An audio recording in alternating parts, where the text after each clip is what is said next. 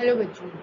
पिछले ई लेक्चर में हमने सार्वजनिक व्यय के सिद्धांतों के बारे में पढ़ा कि सार्वजनिक व्यय के जो सिद्धांत हैं वो दो कैटेगरीज हमने डिवाइड की थी, एक प्योर थ्योरीज और एक जनरल थ्योरीज। सार्वजनिक व्यय के शुद्ध सिद्धांत और एक थे उसके जनरल थ्योरीज या सामान्य सिद्धांत।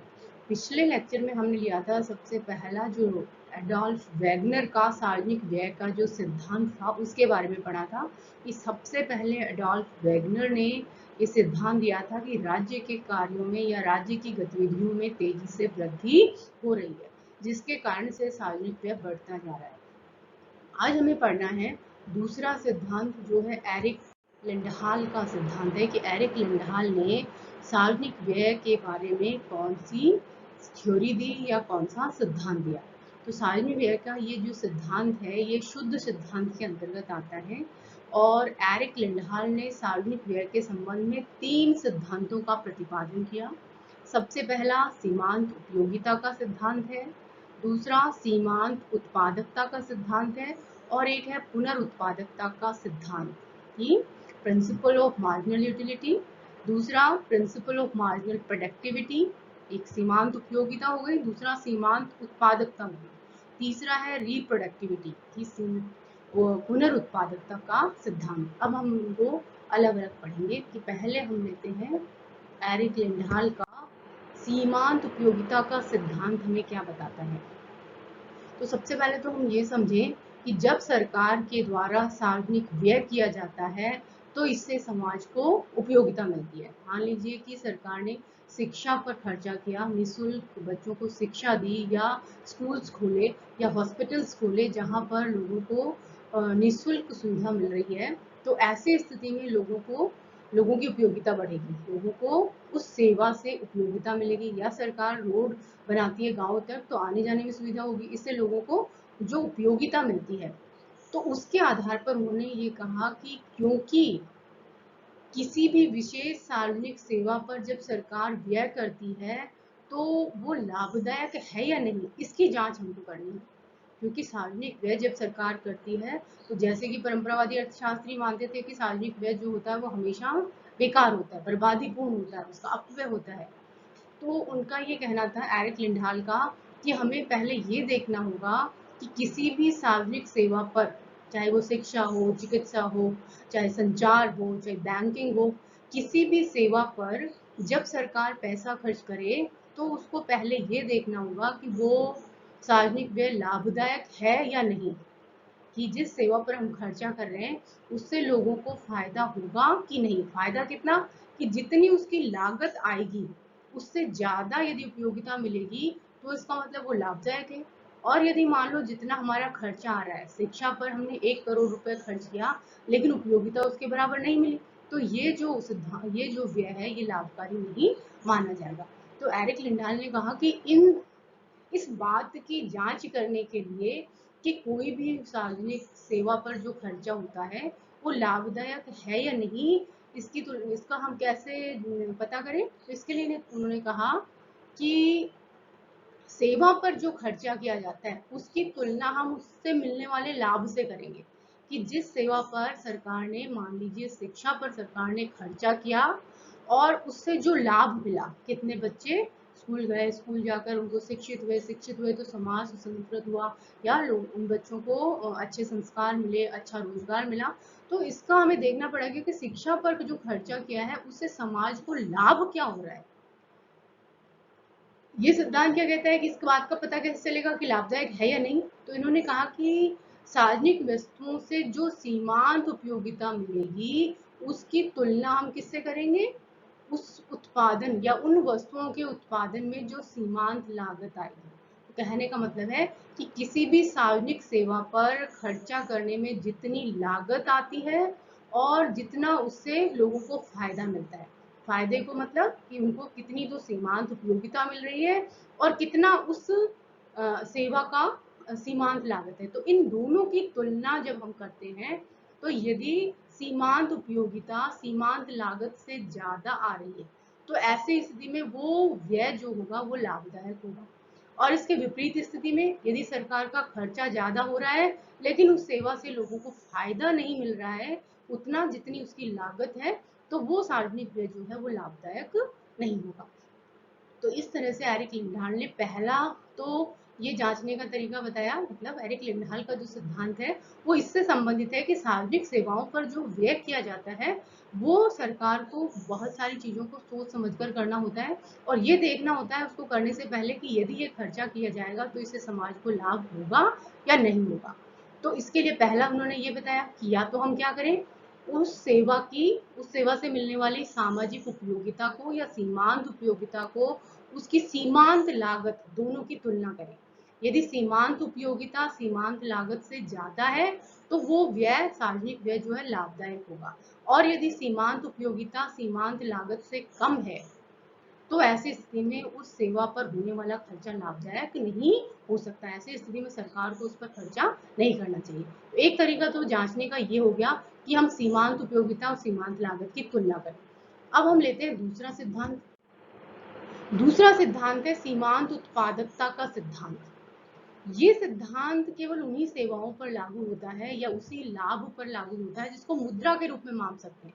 जैसे इन्होंने कृषि का उदाहरण लिया, कृषि में यदि खर्चा करेंगे तो उससे उत्पादन बढ़ेगा, उत्पादन बढ़ेगा तो उस उत्पादन को मुद्रा में माप सकते हैं कि यदि सरकार ने सिंचाई सुविधाओं का विस्तार किया या सस्ती दरों पर खाद बीज किसानों को उपलब्ध करवाया या मैकेनाइजेशन पर कुछ खर्चा किया या नई टेक्नोलॉजी के लिए कुछ काम किया, तो उस पर जो खर्चा किया है वो हमें मुद्रा के रूप में दिखाई देगा, क्योंकि उस खर्चे से उत्पादन में वृद्धि होगी, और उत्पादन में जब वृद्धि होगी तो उसको हम बाजार में जब बेचेंगे तो उससे हमें पैसे मिलेंगे। और उसमें हम कंपेयर कर सकते हैं कि यदि कृषि पर सरकार ने खर्चा किया है तो उससे लाभ हुआ, उस खर्चे से ज्यादा लाभ प्राप्त हुआ है या कम। कहने का मतलब है कि यदि कृषि क्षेत्र पर सरकार ने सार्वजनिक व्यय किया है तो उत्पादकता जो है वो निजी व्यक्ति भी अपने खेत में काम कर रहा है, मतलब निजी व्यक्ति भी अपने कृषि में जो है वो इन्वेस्टमेंट करता है, निवेश करता है, पैसा लगाता है।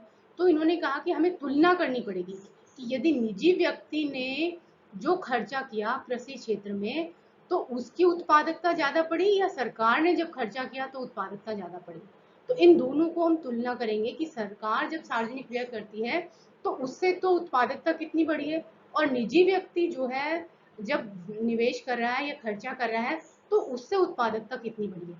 तो यदि मान लीजिए निजी व्यक्ति के खर्चे से उत्पादकता ज्यादा बढ़ती है किससे तुलना में, सार्वजनिक व्यय की तुलना में, तो लिंडाल का कहना है कि ऐसे व्यय को सार्वजनिक क्षेत्र में या सार्वजनिक सरकार के द्वारा नहीं करना चाहिए, ऐसे व्यय को निजी क्षेत्र के लिए छोड़ देना चाहिए।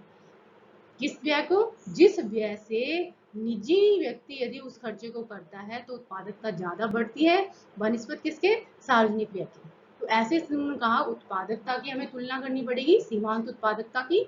किससे तुलना करनी है, सरकारी क्षेत्र के और निजी क्षेत्र के, कि यदि वही खर्चा निजी व्यक्ति करता है तो उत्पादकता कितनी बढ़ती है और यदि सरकार करती है तो उत्पादकता कितनी बढ़ती है। तो यदि उस सेवा में खर्चे से सरकार जब खर्चा करती है तो उत्पादकता ज्यादा बढ़ती है तो सरकार को सार्वजनिक व्यय करना चाहिए, और यदि निजी व्यक्ति उस क्षेत्र में खर्चा करता है और उसकी उत्पादकता सार्वजनिक क्षेत्र की तुलना में ज्यादा हो जाती है तो ऐसी स्थिति में उसको निजी क्षेत्र के लिए छोड़ देना चाहिए। तो ये हुआ हमारा दूसरा सिद्धांत जिसमें हम सीमांत उत्पादकता की तुलना करती हैं कि सार्वजनिक व्यय करने से उत्पादकता निजी क्षेत्र की तुलना में ज्यादा बढ़ी है कि कम बढ़ी है। यदि निजी क्षेत्र की तुलना में उत्पादकता ज्यादा बढ़ी है तो सार्वजनिक व्यय करना चाहिए उस सेवा पर, और यदि नहीं है तो सार्वजनिक व्यय नहीं करना चाहिए। अब हम लेते हैं तीसरा सिद्धांत, जिसे कहते हैं पुनरुत्पादकता का सिद्धांत या प्रिंसिपल ऑफ रिप्रोडक्टिविटी। ये सिद्धांत ये कहता है कि कुछ सेवाएं अनिवार्य होती हैं जो सरकार को करनी ही पड़ती है, मतलब निजी व्यक्ति उन पर खर्चा नहीं करता, जिसमें हम लेंगे प्रतिरक्षा या रक्षा संबंधित सेवाएं, पुलिस, न्याय व्यवस्था और प्रशासन। ये सारी चीजें ऐसी हैं जो अनिवार्य हैं और निजी व्यक्ति इनको नहीं कर सकता, इसलिए ये कार्य तो सरकार को करने ही पड़ेंगे। लेकिन इसके अलावा जिन सेवाओं पर सरकार खर्चा करती है तो ये कहते हैं कि ये उसी स्थिति में करना चाहिए जबकि उस सार्वजनिक व्यय के लिए करों में की गई वृद्धि की मात्रा से राष्ट्रीय आय में वृद्धि अधिक हो। क्योंकि सरकार जब सार्वजनिक व्यय करती है तो वो व्यय करने के लिए उसको आय प्राप्त करनी होती है। अब आय कहाँ से प्राप्त करेगी, तो सार्वजनिक आय का एक मुख्य स्रोत जो है वो टैक्स कर कर के द्वारा सरकार अपनी आय को एकत्र करती है। तो जब सरकार सेवाओं पर खर्चा करती है तो उसके लिए वो क्या करती है, टैक्सेस की रेट्स को बढ़ाती है या नए कर लगाती है। तो एरिक लिंडाल कहते हैं कि जब सरकार जो अनिवार्य सेवाएं हैं उन पर तो खर्चा करना ही पड़ेगा, उसमें तो कोई वो नहीं हो सकता, लेकिन जो अनिवार्य सेवाएं नहीं हैं जिन पर सरकार को खर्चा करना है, तो सरकार को पहले ये देखना होगा कि उस सेवा पर खर्चा करने के लिए जो करों में वृद्धि की जाएगी वो जो है वो राष्ट्रीय आय में वृद्धि से कम होनी चाहिए। कि करों में जो वृद्धि की मात्रा है उसके कारण से या सार्वजनिक व्यय जब हम करें तो राष्ट्रीय आय में वृद्धि ज्यादा होनी चाहिए। जिस अनुपात में सरकार ने कर एकत्र किए हैं उससे ज्यादा अनुपात में राष्ट्रीय आय बढ़नी चाहिए। तो इसलिए यदि इस तरह का सार्वजनिक व्यय है तो वो व्यय लाभदायक होगा, नहीं तो नहीं होगा। तो इस तरह से एरिक लिंडाल ने 3 सिद्धांत बताए। सबसे पहले हम तुलना कर सकते हैं किसकी, कि जब किसी भी सार्वजनिक सेवा पर सरकार को खर्चा करना है तो पहले ये देखें कि उसकी उस सेवा से प्राप्त होने वाली सीमांत उपयोगिता जो है उसकी सीमांत लागत से अधिक होनी चाहिए। दूसरा सीमांत उत्पादकता का सिद्धांत है जो ये बताता है कि जब सरकार खर्चा करे, सार्वजनिक व्यय करे किसी भी क्षेत्र पर, किसी भी वस्तु या सेवा पर, तो उसे पहले ये देखना होगा कि उसके कारण से, सार्वजनिक व्यय के कारण से उस क्षेत्र में उत्पादकता ज्यादा बढ़ी है कि निजी क्षेत्र में के कारण से उत्पादकता ज्यादा बढ़ी है। तो यदि निजी व्यक्ति के इन्वेस्टमेंट के कारण सार्वजनिक क्षेत्र की तुलना में ज्यादा उत्पादकता होती है तो सरकार को वो क्षेत्र निजी क्षेत्र के लिए छोड़ देना चाहिए, वहां पर सार्वजनिक व्यय करना लाभदायक नहीं होगा। तीसरा इन्होंने कहा पुनरुत्पादकता का सिद्धांत, जो सिद्धांत ये कहता है कि जो अनिवार्य सेवाएं हैं जैसे प्रतिरक्षा, पुलिस और न्याय प्रशासन, इनके अलावा सरकार को यदि अन्य सेवाओं पर जब खर्चा करना पड़ता है तो इसके लिए सरकार को टैक्स कलेक्ट करना है। तो टैक्स की मात्रा जो है, करों की मात्रा में जो वृद्धि हुई है वो राष्ट्रीय आय में वृद्धि से अधिक नहीं होनी चाहिए। मतलब जिस सेवा पर खर्चे के लिए सरकार ने राष्ट्रीय कर बढ़ाए हैं तो उस सेवा पर खर्चे से राष्ट्रीय आय में वृद्धि ज्यादा होनी चाहिए। तो ऐसी स्थिति में वो जो सार्वजनिक व्यय है वो लाभ। अब इन्होंने कहा कि अब मान लीजिए सरकार एक ही सेवा पर तो खर्चा नहीं करती है, कई सारी सार्वजनिक सेवाओं और वस्तुओं पर खर्चा करती है।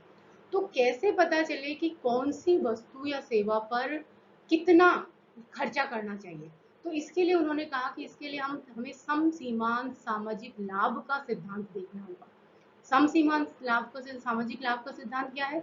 जो हम माइक्रो में सम सीमांत उपयोगिता नियम पढ़ते हैं, जो ये कहता है कि प्रत्येक साल हमें व्यक्ति को जो है वस्तु की मात्रा कहाँ तक बढ़ानी है, जब तक प्रत्येक वस्तु की अंतिम इकाई से मिलने वाली सीमांत उपयोगिता बराबर ना हो जाए, तब तक हमें उन वस्तुओं पर खर्चा करना है। तो इसी तरह सम सीमांत सामाजिक लाभ का सिद्धांत हमें क्या बताता है कि इसमें इन्होंने कहा कि सरकार जब खर्चा करे, विभिन्न सार्वजनिक सेवाओं या वस्तुओं पर जब खर्चा करे तो उसे ये देखना होगा कि प्रत्येक वस्तु या सेवा से जो सीमांत उपयोगिता या सीमांत लाभ मिल रहा है वो बराबर होना चाहिए। प्रत्येक वस्तु या जो भी सेवा है जिस पर सरकार खर्चा कर रही है तो वहां पर उसकी अंतिम इकाई से मिलने वाला सीमांत लाभ या सीमांत जो उपयोगिता है वो समान होगी तो अधिकतम लाभ होगा, तो वो सार्वजनिक व्यय जो है वो लाभदायक होगा। तो इसके लिए उन्होंने कहा कि यदि मान लो 2 सेवाएं हमारे पास है, एक शिक्षा और एक स्वास्थ्य, तो उसे सरकार को पहले ये देखना पड़ेगा कि स्वास्थ्य सेवाओं पर सार्वजनिक व्यय में वृद्धि करने से अधिक लाभ होगा या शिक्षा पर व्यय करने से अधिक लाभ होगा। इसके लिए इन्होंने इसको चित्र की सहायता से समझाया है। जैसे इसमें इस डायग्राम में KL एक कर्व है और एक GL कर्व है। मतलब दो वस्तुएं ली हैं इन्होंने, दो वस्तुएं या दो सेवाएं, एक K है और एक G है। इसमें जो कर्व है सीमांत लाभ वक्र है, सीमांत लाभ वक्र जो धीरे धीरे घट रहा है, नीचे की तरफ सरकार जो है व्यय कर रही है, जैसे जैसे सरकार खर्चा कर रही है वैसे वैसे जो है सीमांत लाभ जो है घटता जा रहा है। जैसे जैसे खर्चा बढ़ता जा रहा है वैसे वैसे सीमांत लाभ जो है घटता जा रहा है।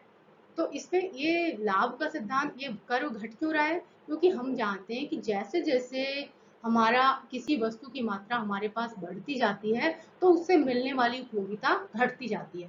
तो इसलिए सरकार जैसे जैसे खर्चे की मात्रा को बढ़ा रही है, वैसे वैसे जो लाभ जो लोगों को मिल रहा है वो धीरे धीरे कम होता जा रहा है। इसलिए ये स्लोप जो है नेगेटिव स्लोप है, मतलब ऋणात्मक ढाल वाला वक्र है, जो ये बताता है कि जैसे जैसे वस्तु की मात्रा बढ़ती जाएगी या सार्वजनिक व्यय की मात्रा उस वस्तु पर बढ़ती जाएगी, वैसे वैसे उससे मिलने वाला जो सीमांत लाभ है घटता जाएगा।